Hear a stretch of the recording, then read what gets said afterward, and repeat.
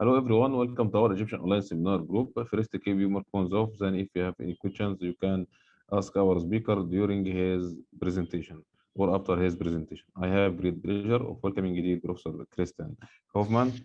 Dear Professor Kristen Hofmann is a professor of accounting and control at Ludwig Maximilian Munich. He is a principal investigator at the Accounting for Transparency. He is currently an editor at the European Accounting Review and the Journal of Business Economics. Professor Hoffman has been published in top-ranked journals, including the Accounting Review, Contemporary Accounting Research, Review of Accounting Studies, and the Journal of Management Accounting Research. Now we will start our seminar with dear Professor Kristen Hoffman. Thank you, Mohammed. Thank you for putting together this really nice format of this Egypt seminars, and also thank you for inviting me and giving me the opportunity to present my work, our work, in this format. So let me share my screen here. Get started.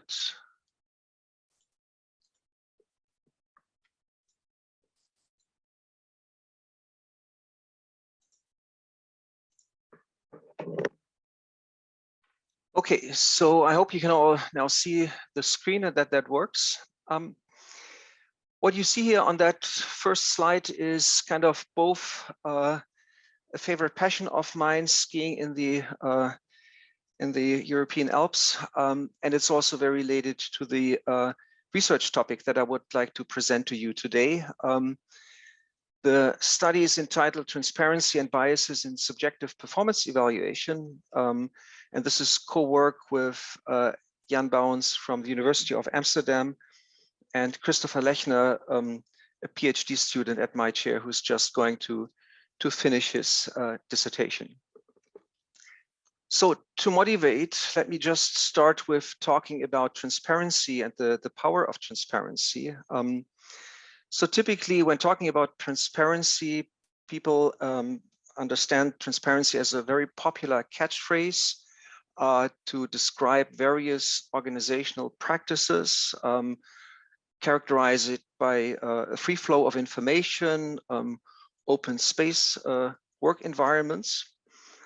And in contrast to such practices, I guess all of us have experienced over the last 2+ years non-transparent or even opaque work environments caused by working from home. And these working conditions are characterized A, by a lack of information, and B, by the fact that various stakeholders to activities are not physically present. And this absence of stakeholders and the lack of information holds both for employees performing productive tasks, but it also holds for supervisors who evaluate the performance of their subordinates. And in that second realm, this is what this study is all about, focusing on the subjective evaluation of supervisors. And we do have a setting where stakeholders are not physically transparent. And what we'd like to show in that study is then to what extent the presence or absence of stakeholders, the physical presence or absence of stakeholders, does affect the subjective evaluations that we're observing. Okay, so let me start with the general problem. As you certainly all are aware of, motivation requires unbiased performance evaluations. You can start by considering fairness considerations, but also when you think about the effectiveness of promotion or bonuses to provide motivation, that in each of those cases, one would like to have unbiased performance evaluations. So the challenge, therefore, is that measures and interpretation of results needs to be unbiased. Now, you also certainly know that subjective measures are frequently being included in performance evaluations. And one idea of such subjective measures is to overcome various shortcomings of objective measures. For example, subjective measures may provide for a more holistic picture of the achievements and the input of an employee over an objective measure, right? So think about sales, for example, which is a very commonly used performance measure, but sales does not really reflect the leadership, collaboration, or agility of employees. And to the extent that these inputs by employees are important, the objective measure is incomprehensive, and it might be relevant to include subjective measures. Now, the problem with subjective measures is obviously that they lack enforceability. There might be untruthful or distorted performance measures, or more generally, these subjective measures are prone to a bias. Now, the bias from the supervisor may come both from an intentional or unintentional perspective and motivation. And in our case, we don't really take a stand, but again, both intentional or unintentional reasons could trigger a bias in the performance evaluation. Now, the question is whether transparency improve or is able to improve decision-making in general and performance evaluation in particular.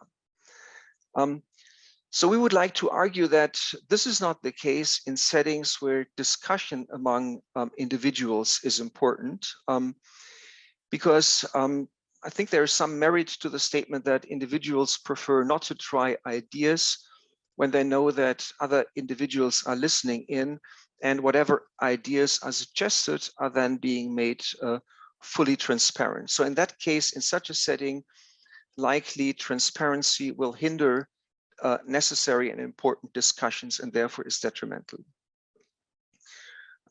We would like to argue, however, that in settings where an individual's decision-making is susceptible to favoritism, that in such a setting, transparency can actually be a good thing and can reduce the favoritism. So who is susceptible to favoritism, and what's the cause for such favoritism? Well, there are various studies that show that individuals more likely favor other individuals who work in their vicinity. Billig and Teufel, quite some time ago, established the notion of an in-group and provided arguments and evidence that individuals favor members of their in-group over members of other groups. An in-group really is a broad concept here. It can relate to co-workers working in the same department. It could relate to individuals of the same sex. It could relate to individuals with the same cultural background, individuals with the same coming from the same country, etc. Right? So there are different types of in-groups, and an individual may favor members of these in-groups. So therefore, when it comes to evaluation, the question is, what is really decisive about the evaluation of subordinates? Is it the merit of these subordinates, or are these other factors? Obviously also referring to the sentiment of the supervisor, but more importantly for our question, the connectiveness that the supervisor has, the evaluator has with the individual. So whether the individual belongs to the in-group. And the question then is how strong merit is compared to sentiment and similar factors. Favoritism is costly, obviously, right? It's costly for the evaluator, and it's costly for the firm, the organization. From the individual's perspective, there's the risk of a reputation loss. If others perceive that the evaluator's evaluations are subject to a favoritism bias, then again, the reputation could be harmed, and that could have long-term consequences. For the organization, favoritism could result in a productivity loss. So they might promote wrong employees, and as a consequence of promoting wrong employees, other employees might be less motivated, or there might be a higher turnover in the organization. In a similar area, favoritism may trigger inefficient resource allocation when it comes to allocating individuals or resources to projects or tasks, which could be inefficient if favoritism is really driving decision making. So there are various management control elements that could be used to limit the negative consequences of favoritism. One being, for example, the exclusive use of objective performance measures, right? You would forgo the problem altogether, or alternatively, to place a larger weight on the relevance of objective measures over subjective measures. Secondly, the firm could employ multiple evaluators and then expect that on average over a larger group of evaluators, the bias will be balanced out. The firm can, or the organization can de-emphasize incentives, both on behalf of the individual who's expected to be motivated. So the relevance of subjective evaluations are reduced for the individual providing productive tasks. But the incentives could also be reduced for the evaluators who are in charge of the evaluation. And then just a fourth example would be using calibration committees, like after the fact, after the subjective evaluations have been conducted, to assess to what extent an evaluator has biased his or her decisions or his or her evaluations. And that could be the task, the job of a calibration committee. And depending on the outcome, obviously, of that endeavor by the calibration committee, there could be consequences. So what we would like to propose is that in addition to all of those management control elements, transparency could also be of relevance. Transparency could also reduce the extent to which there is a bias in subjective evaluations. So supporting this link between transparency and biases, and supporting in particular the link between the physical presence of an audience of stakeholders and a bias is the social facilitation theory.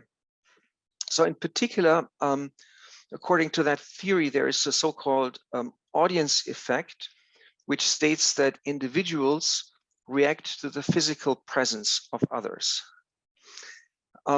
This effect has a long history in being identified and investigated. The idea is that the presence of others puts people on guard, it increases their arousal, and as a consequence of an increased arousals, well-trained activities are performed in a better fashion. This audience effect seems to be a very strong evolutionary force, because it has also been shown in other species, such as in birds, in monkeys, or in ants, that the mere presence of other species of the same kind does affect the performance of these individual animals here. So in our context, we would like to argue that this audience effect the mere presence of stakeholders ensures that the evaluations are based rather on merit than on sentiment or on the connectedness to other individuals. So the hypothesis that we would like to test, therefore, is that the physical presence of a stakeholder is negatively associated with favoritism bias in subjective performance evaluations.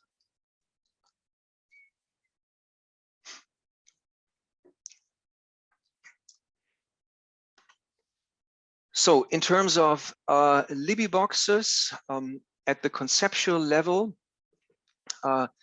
we have the stakeholders' physical presence, and we then look at the impact this presence has on favoritism bias in subjective performance evaluation.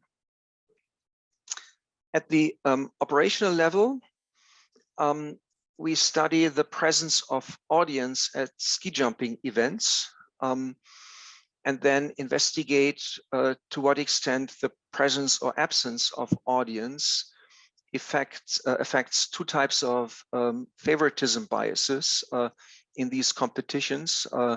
One, the so-called same nation bias, and the other one, the so-called compatriot in panel bias.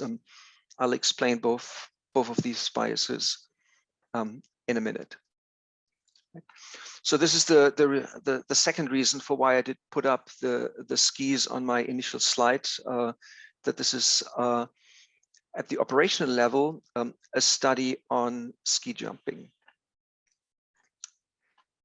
Okay, so here's a bit more information on the setting. In professional ski jumping, there are 5 judges whose job is to subjectively evaluate the performance of the ski jumpers, of the athletes, in particular the takeoff, the flight, and also the landing of the athlete. And then the subjective evaluation of these judges, along with some objective measure on the distance that the jumper did fly, comprises in the total score, and therefore determines which athlete is going to win the competition. The natural experiment that we are making use of is related to the COVID-19 pandemic. And due to the pandemic, well, before the pandemic, up to February 2020, so in 2019, you see that these events took place in front of a packed bowl with many spectators attending. But then starting February 22nd in 2020, the audience was no longer allowed to attend these events. And hence, the natural experiment is that now there are no stakeholders, no audience present any longer. And we basically compare evaluations that took place while the audience was still present and compare that with cases when there's no audience that is present. So here's some information on our sample. We consider men's ski jumping World Cup events in the period of 2017 to 21. Since February 22nd, again, 2020, all these events took place without audience being present. The data is provided by the International Skiing Foundation. In that period, we have 126 events. There are roughly 7,400 jumps that we consider, performed by 139 athletes from 17 different countries. There are 149 judges from 20 different countries. And all in all, we have 36,940 subjective evaluations of these judges that we do consider in more detail. So here's some information on the evaluation and how that takes place for those of you who are not super familiar with ski jumping. The athletes perform in 2 rounds. This athlete here, Jan Hörl of Austria, in the first round did jump 127 meters. In the second round, he did jump 130 meters. And both of those distances are translated into distance points to make them comparable to the style points that the athlete is getting. Right? So the distance will be translated into distance points. Then there are the 5 judges, and each judge evaluates the style of the jump. They give between 0 and 20 points in 0.5 increments. And then these style points are added to the distance points to comprise the total points of the athlete.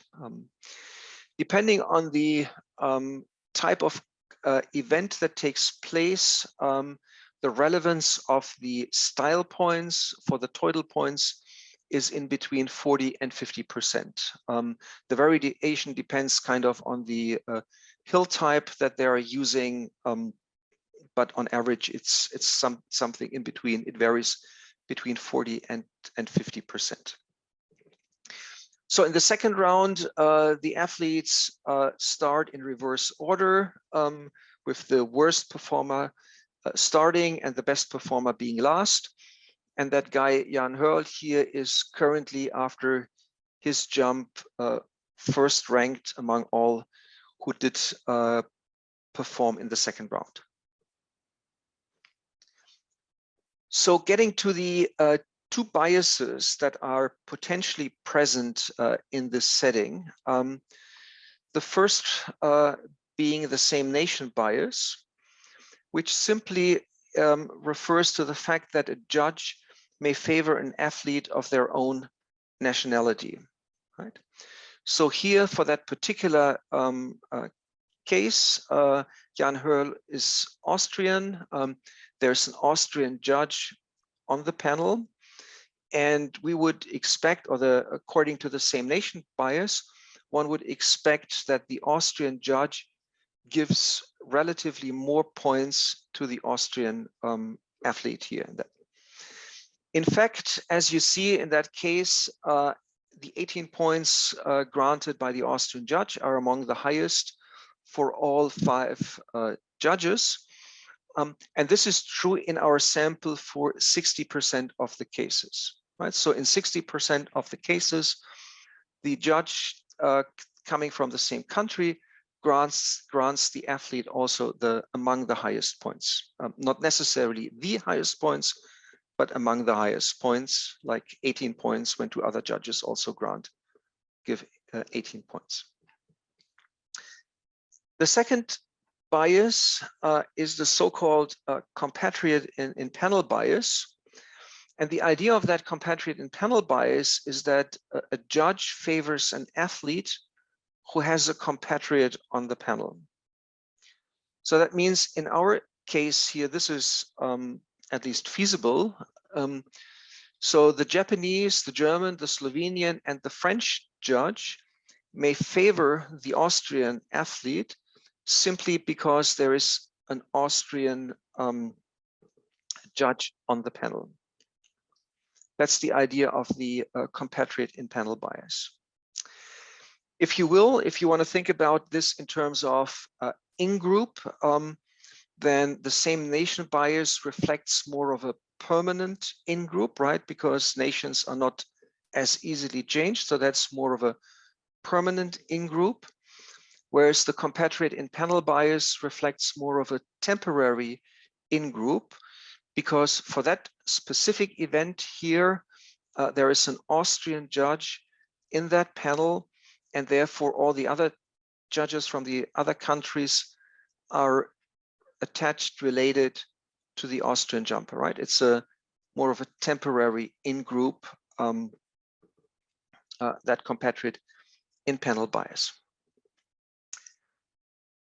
Okay, so that's quite important, and we'll see later on when we look at the data to what extent these two biases really play out in our analysis. Now, you can imagine that having such biases in place is something that the International Skiing Foundation would like to prevent. And there are a whole bunch of countermeasures in place that are actually supposed to preclude a favoritism bias. So first of all, obviously, the ranking is not exclusively on subjective measures, as we have it, for example, in sporting events such as figure skating. Here, there are objective measures, the distance points included.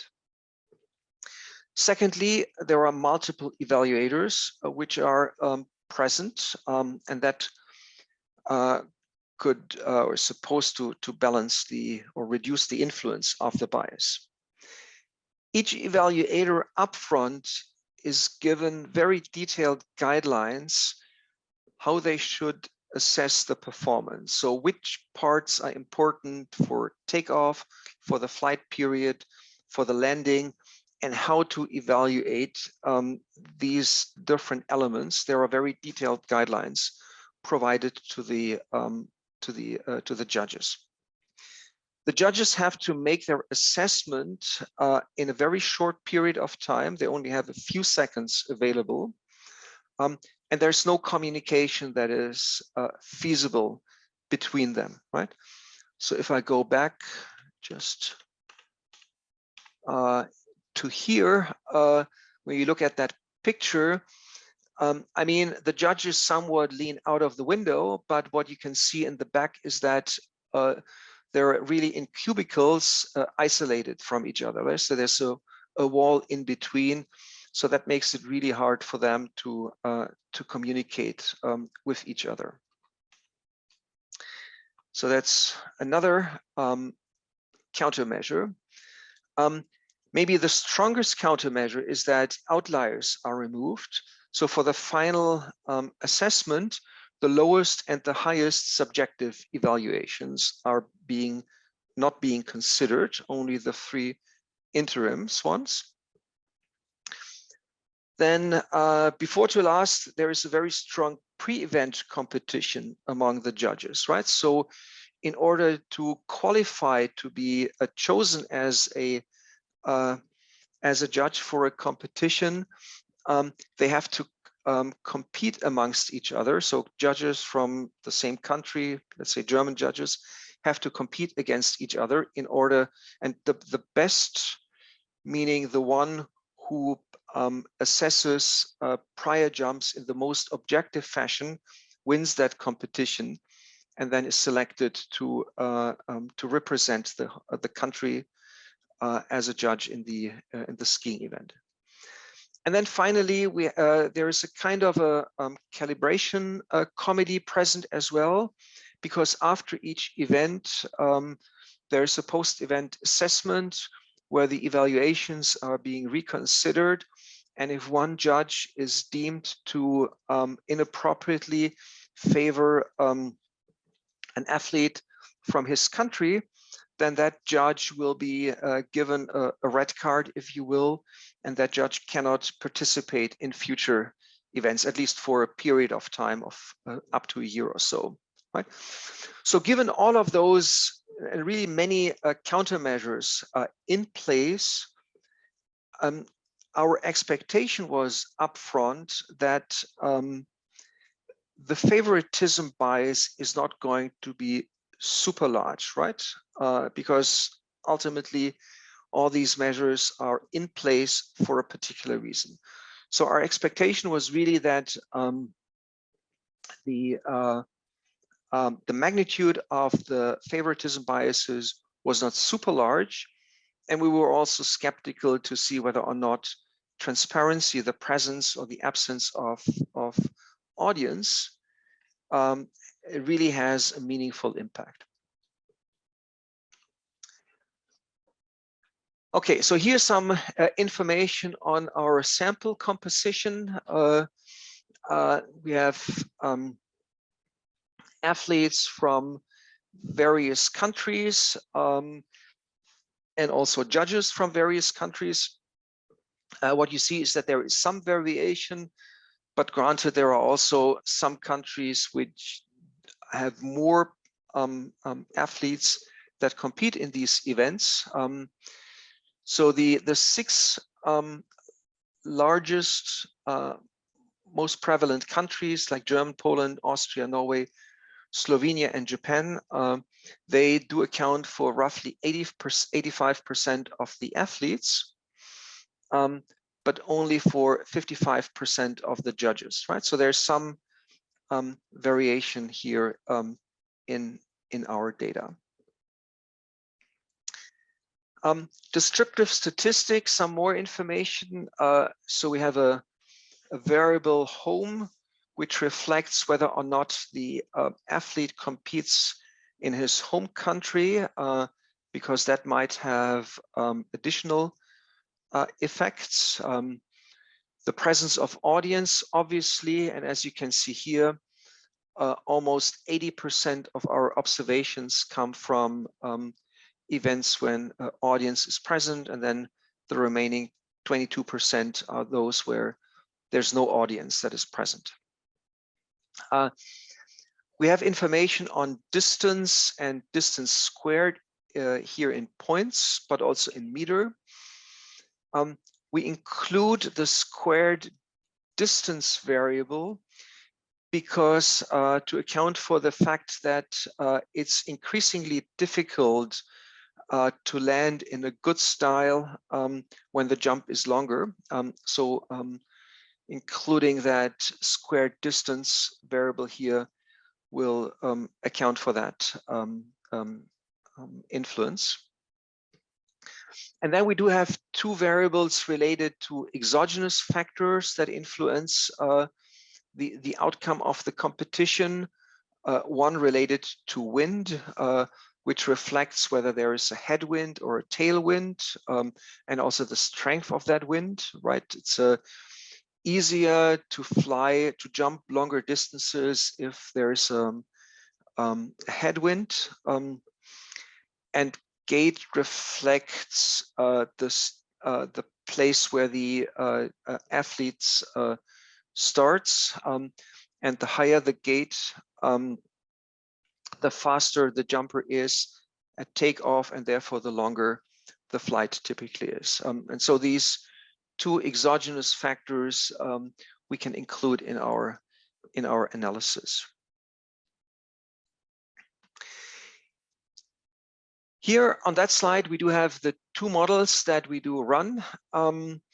So when we abstract from audience, we consider the style as assessed by the judges, and then run a regression where we have a variable with same nation if the judge comes from the same nation as the athlete. That's obviously a binary variable. A second binary variable, compatriate in panel, whether or not for that particular assessment there was a compatriate of the athlete in the panel. And finally, a third indicator variable is whether it's a home jump, and so there might be a home bias. We consider that. In terms of fixed effects, we include judge fixed effects, we include athlete per season fixed effects, and we also include location fixed effects, right? And here the XP, this is then the vector of control variables related to the exogenous factors as wind and gate. So when audience is present, we include the presence of audience as a main effect, as well as in interaction. And in our analysis, beta 5 and beta 6 will be the two coefficients that we are most interested in to see to what extent the presence of audience has an effect on the same nation bias, or whether the presence of audience does have an effect on the compatriot in panel bias. Okay, so let's have a look at some more descriptive statistics, in particular the style points here, right? Style for our 36,940 observations, the mean is 17.82. And you can see that the standard deviation is fairly small. So in general, there seems to be a very strong agreement amongst the judges with respect to the performance of the athlete. When we do separate between same nation or other nation, we find that the judge who's from the same country as the athlete grants on average more points to the athlete than judges coming from other countries, right? And the difference in between here is also statistically significant at the 1% level, right? So even though all these measures are in place that I spoke about, these countermeasures are in place, there still is a favoritism bias present, a same nation bias present in the data. The same holds true if we compare those evaluations where there's a compatriot in the panel versus when there is no compatriot in the panel. And here what we see is that in case that there is a compatriot in the panel, again, the judges give the athlete more points than in cases when there is no compatriot in the panel. And again, the difference between those two variables here is statistically significant at the 1% level, right? So these are two univariate evidences in favor of the same nation bias, as well as the compatriot in panel bias. Again, the magnitude is not super large, but that was kind of to be expected. But then we were really surprised to see that despite all of those measures in place, we were still able to find this statistically strong evidence in favor of the same nation bias and the compatriot in panel bias. Okay, some more descriptives before we then get to the results. Same nation is present in roughly 9% of our observations. And the compatriot in panel bias is then present in 38% of our cases. So roughly, subject to rounding, 4 times the 9% that we have here.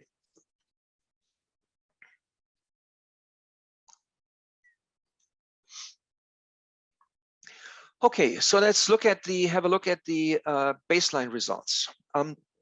So here what we run this first model, including then indicator variables for same nation and compatriot over the full sample of all 36,940 observations.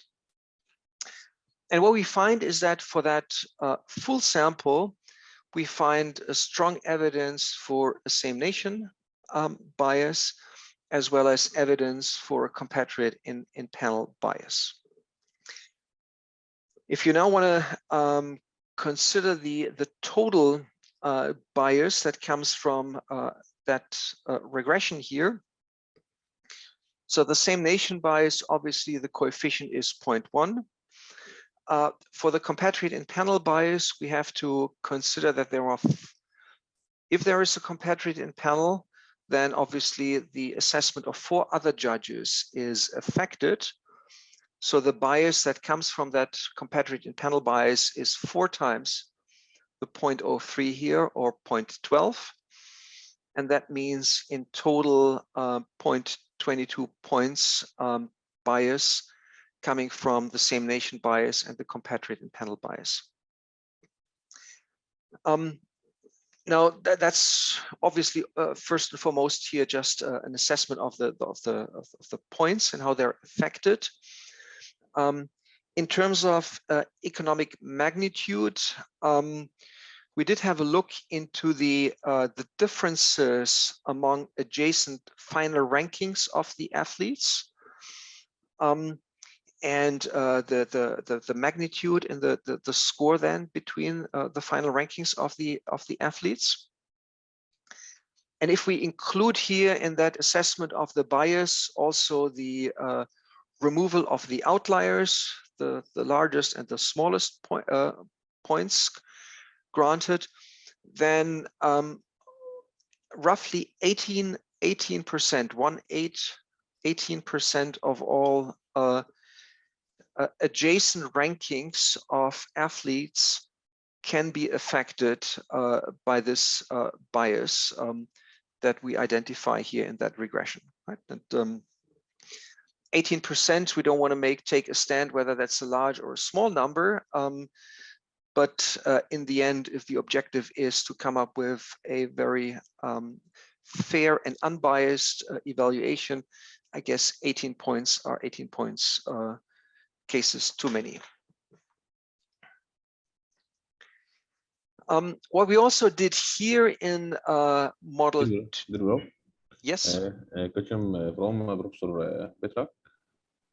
Yeah, is it okay to ask Absolutely. the question? Or I can also postpone it. No, it's okay. No, please. Okay, Patrick, go ahead.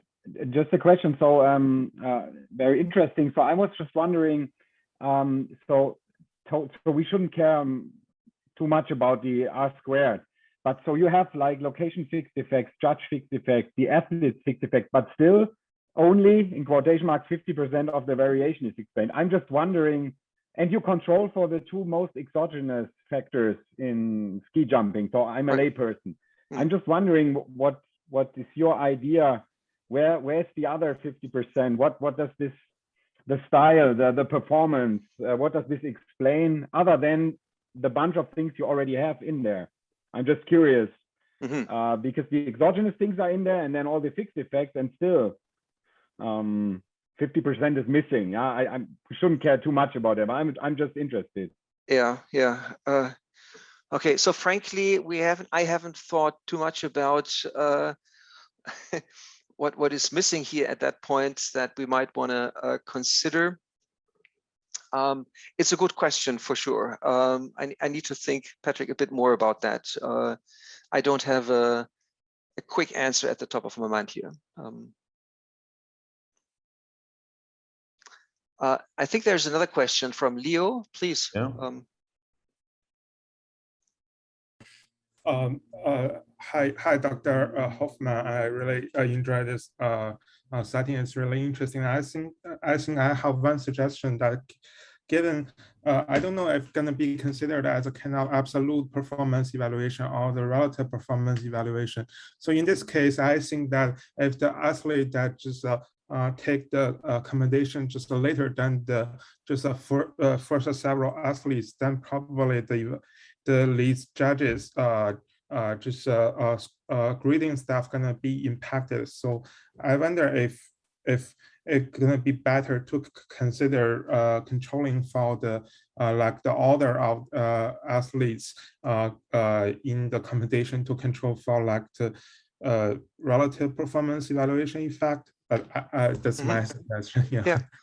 Thank you, Leo, for that suggestion. I think it's a very good one. I mean, so we did explore a whole bunch of variants and thinking through like the order is certainly a possibility, right?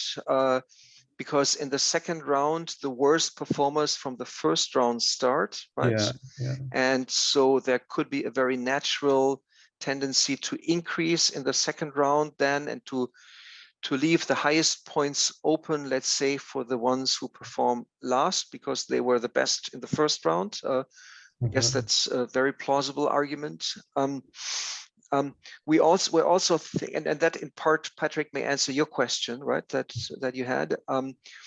We were also thinking through whether there is some maybe a tit for tat strategy, right? That if I know that, let's say, my athlete from my country is late in the game, I might be more willing to grant other athletes more points, not in order not to offend the judges from these the countries of these other athletes, right? That might be an influencing factor. You know,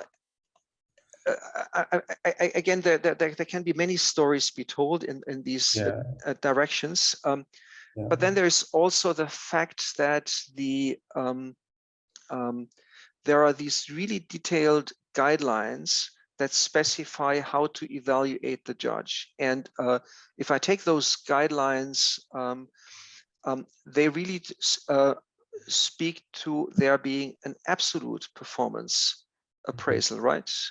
Because there's no statement in these guidelines, as far as I'm aware of at least, that says, look, you have to evaluate them in a relative order.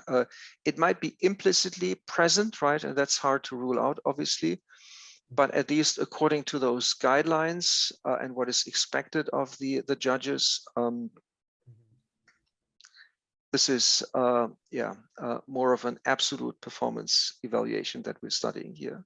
Okay, yeah, another direction that I may think about is going to be the tournament structure. Like, given the first athlete, they could not observe the following athlete's performance. They just perform on their own side. But as the athletes just appear and perform, especially these last several athletes, they could observe the prior performers' performance. Then they can just try to adjust themselves or to become more motivated to perform better. So I think so that's my consideration, but maybe not very helpful.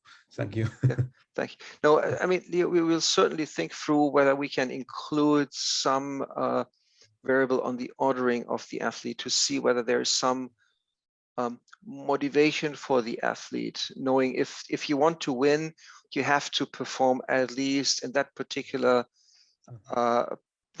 performance. You have to jump at least that far, and that might trigger the performance and therefore also the assessment by the judges. As I said earlier, we need to think more carefully about that. But thank you for the suggestion. Yeah, thank you, Dr. Hofmann. Anil, could you Anil, hello. Yeah, very fascinating work. I like this a lot. Thank you. I've been wondering about something which goes back to the earlier question by Patrick. So is it likely that there is some effect from the past performance of these players? So there is some kind of baggage that the judges have in terms of how well they have performed in the past. In general, because they would know what kind of a performer this player has been, whether it's like a star performer or a non-star performer. That kind of a effect from the overall performance assessment that, or I should say, kind of ability-based bias that they could have. So Anil, isn't that captured by this athlete per season fixed effect that we have here?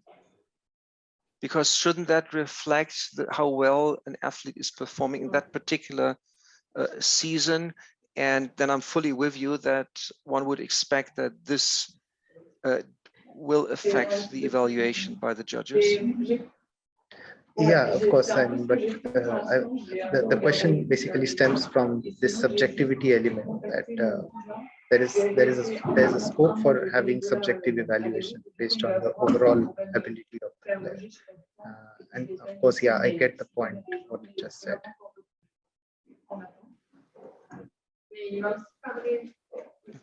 So in part, the baggage that you are referring to, Anil, is likely also reflected in the same nation bias, right? Because most likely a judge is best familiar with the athletes coming from the same country, right?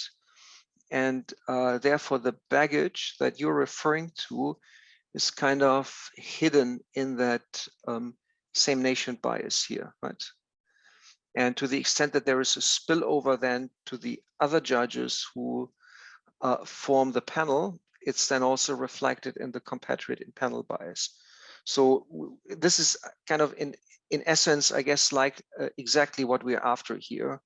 Just you're referring to baggage, and but it's at least consistent with the two biases that we have here. Okay, yeah, thank you. Thank you. Okay, so where was I? And I guess Leo and Anil, your yellow hand is still raised, but that was the question that, yep. Good. So in this second analysis, what we did here is we excluded all evaluations where the athlete competes in his home country because there might be some additional influence in principle, at least. But as you can see, our results are barely affected by excluding these performances. Okay, so in the first model, we just include audience as the presence or absence of audience. And as you can see, that hardly does affect our results. In terms of the fixed effects here, we differentiate then in between a hill type fixed effect or a location fixed effect. The difference is simply that at some locations, there are different hill types, larger hills, smaller hills, and we want to differentiate between these fixed effects. In model 2A and 2B, then we examine the interactions. And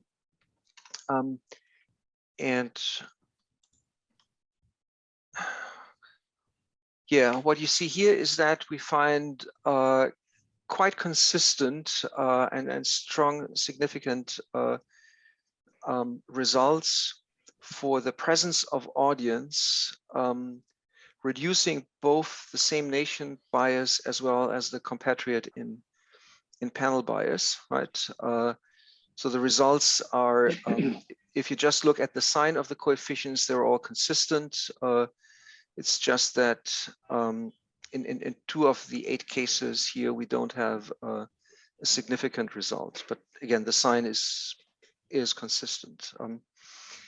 And that holds for the full sample, but it also holds if we exclude those evaluations when the athlete performs in his home country.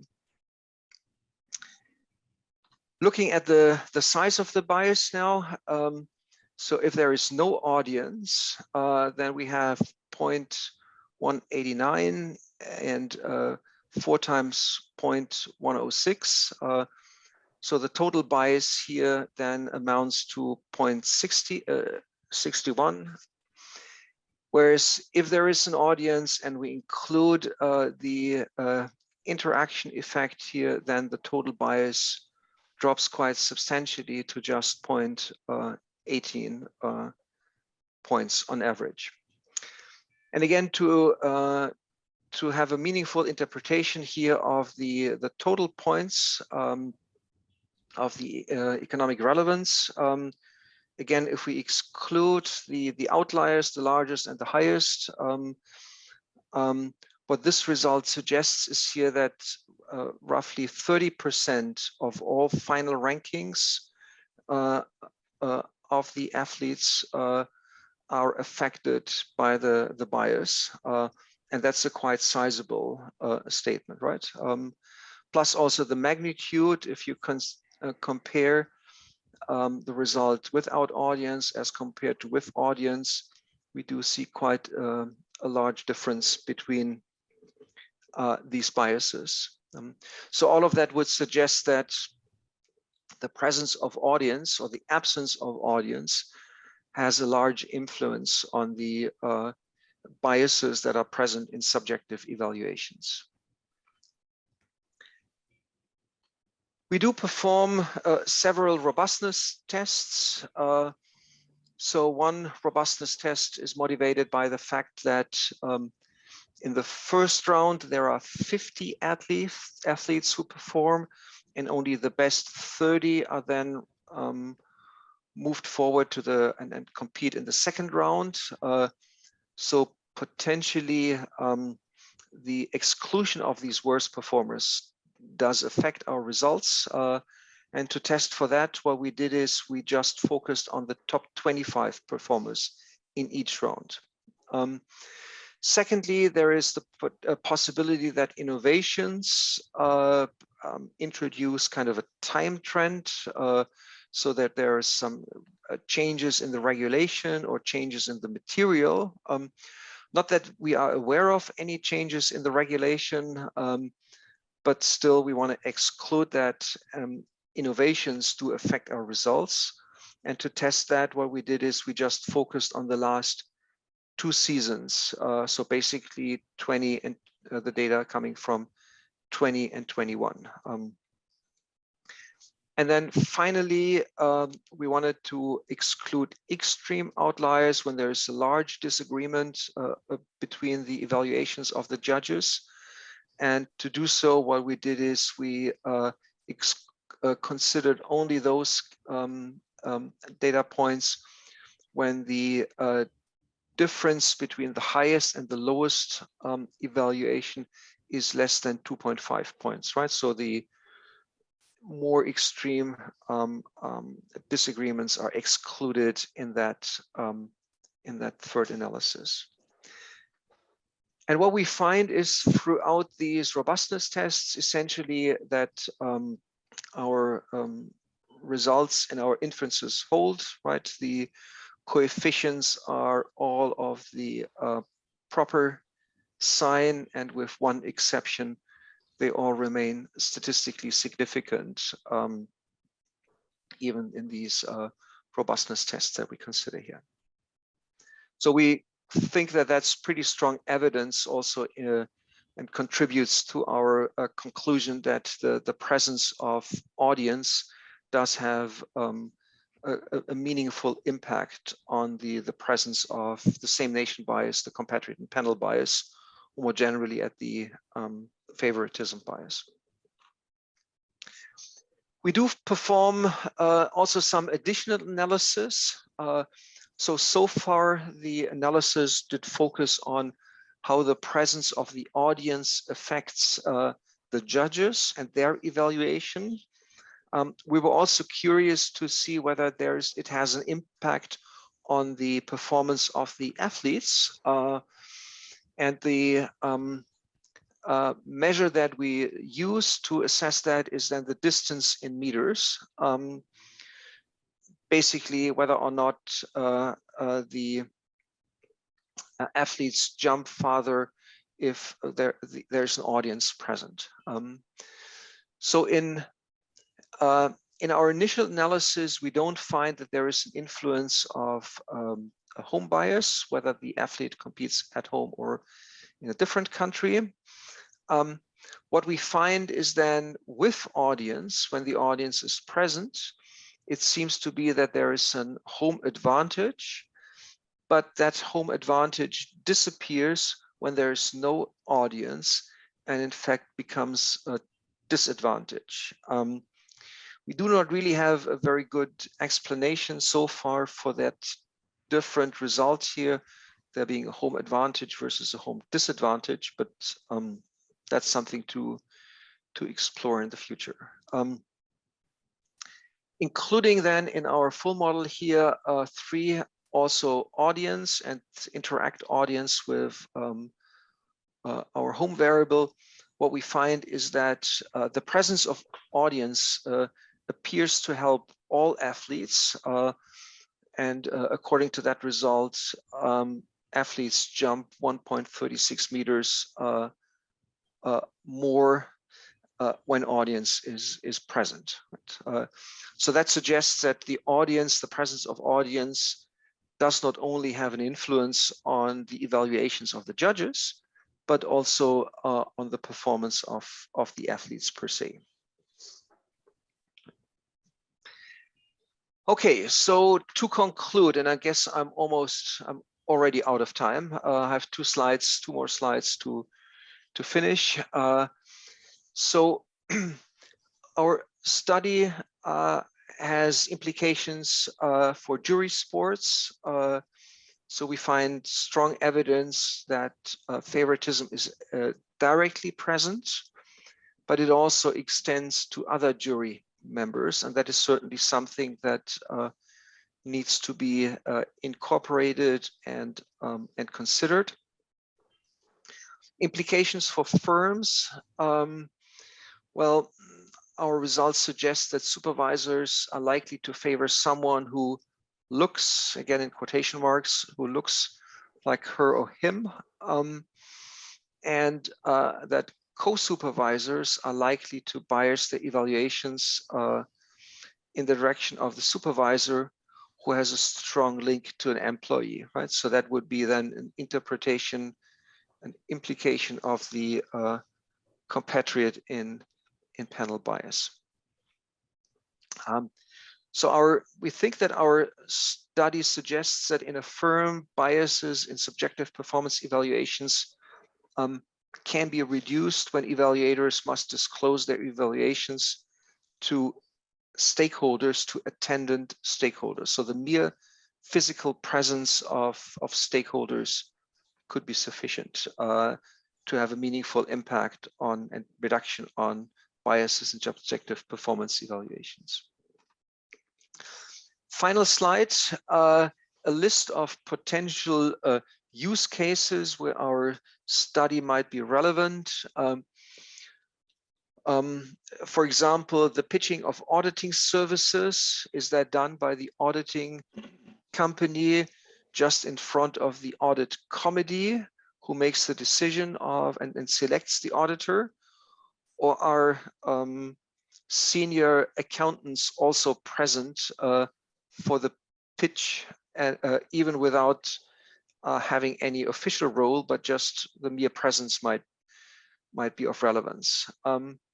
Think about innovation challenges where employees present ideas for improvements within a company, either in form of a town hall meeting where many other individuals and co-workers are present, versus the presentation is only in front of the jury who ultimately makes the decision.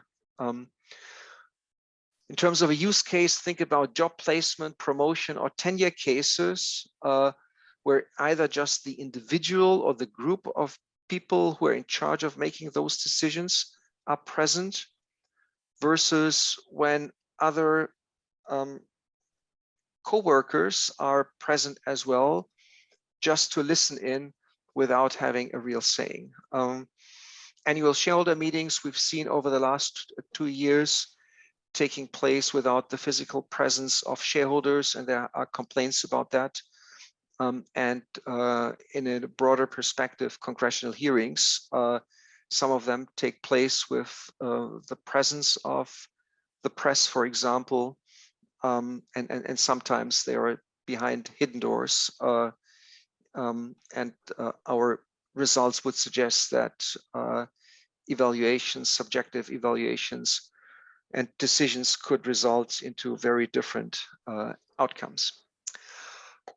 Okay, so that's what I have for you. I'm very thankful for your. Now, if anyone have any question, you can open your mic and ask your question.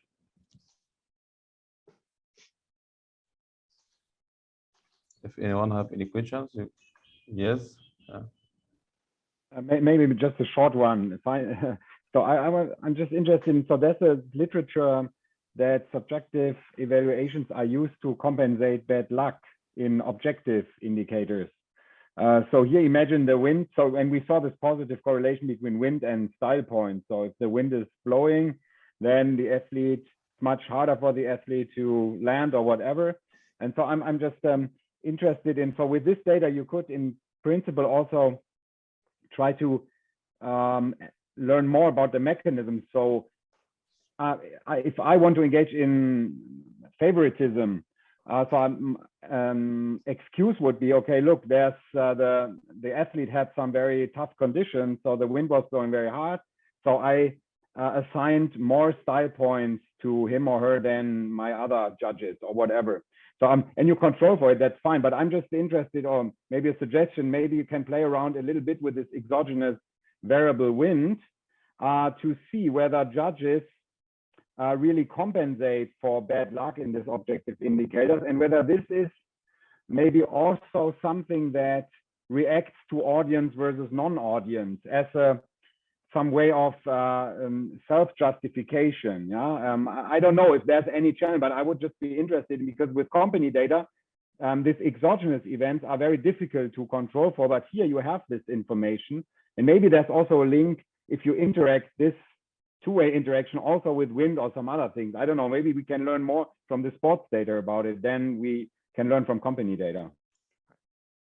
Thank you, Patrick, for that suggestion. That's a really good one. I mean, we do control for wind in the analysis, right? So it's reflected in it, but we haven't really focused on in detail on the coefficients and what we get and might learn out of it. But I'm very with you that the wind could be beyond. I mean, it's included in the. There's a compensation in points that they're getting, but I'm with you, and that's what we start. What we have, that it also could also affect the subjective evaluation of the judges, and that effect on the subjective evaluation might differ depending on whether or not there's an audience present. That's worthwhile endeavor to have a more careful look into that. Thank you for that suggestion. And maybe just a quick follow-up on the audience. So the spectators were gone, yeah, in this kind of events in the pandemic. But what about the media attention? What about TV attention? So I think this might also be important. Has this also decreased? So this is also a lot for a judge. It's also important how much people sit in front of the TV Right. and watch this event. Is this? Do you also see a reaction there? No. So for the so I mean, that was. Essentially, when we got started with that analysis and that study, we thought that that's and we still think that that's a really clean setting that we have, right? Because the activities are basically the same before and during the pandemic, what the athletes are doing, what the judges are doing. And our understanding, and we've contacted some of the TV stations also, is that there hasn't been a huge shift in the number of viewers in front of television before to during the pandemic. So from that angle, we would argue that the amount of information that is available to everyone is the same in both cases. It's just that there are no spectators present any longer, and the spectators, they cannot kind of boo or shout if they're unhappy with the evaluation of the judges. So that feedback element, therefore, is missing. And that's kind of what we're trying to tease out in our analysis. Are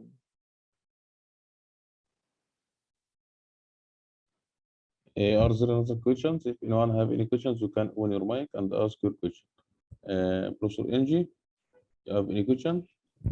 A very interesting paper, and definitely very enticing. The thing that I'm thinking of, if such such research can be used in terms of analyzing biases in terms of jurors on the court and what kind of biases they have, or like if they could use such a system in reality, it will definitely improve some of the biases that are being faced with. Thank you. That's a very good suggestion, right, Angie? I really appreciate. I mean, we do know that a judge's performance differs during the day, right? Before the break, before the lunch break, and after the lunch break, and that their judgments, sanctions are harder, I guess, just before the lunch break as compared to after. But you're absolutely right that our and some of those assessments by these judges are subjective in nature, right? And our results would speak to the fact that whether or not there is an audience present in the courtroom could have an influence on these sanctions. In fact, I mean, this is also something that should be affected by the pandemic, right? Because I haven't been in a courtroom, well, neither lately nor for a very long time, but I would expect that during the last 2 years, the presence of spectators in the courtroom has also dropped quite substantially. So from that perspective, one would expect to see also consequences for the rulings of judges since the pandemic has started. It might be more difficult to isolate favoritism here in that case between the judge and the defendant, but at least an influence on the rulings of judges, I would think, is to be expected. Thank you for that suggestion. Oh, thank you. I was thinking of maybe you could yeah, like extend this paper and put use actual court cases, like, and actually see the biases, and maybe it will really be of a public interest. Thank you. Yeah, maybe not in this one because it's already a fairly long paper, but I'm totally with you that this is a worthwhile endeavor to have a look at in a follow-up study. Thank you. That's. Is there another question? If anyone have any questions, you can open your mic and ask your question.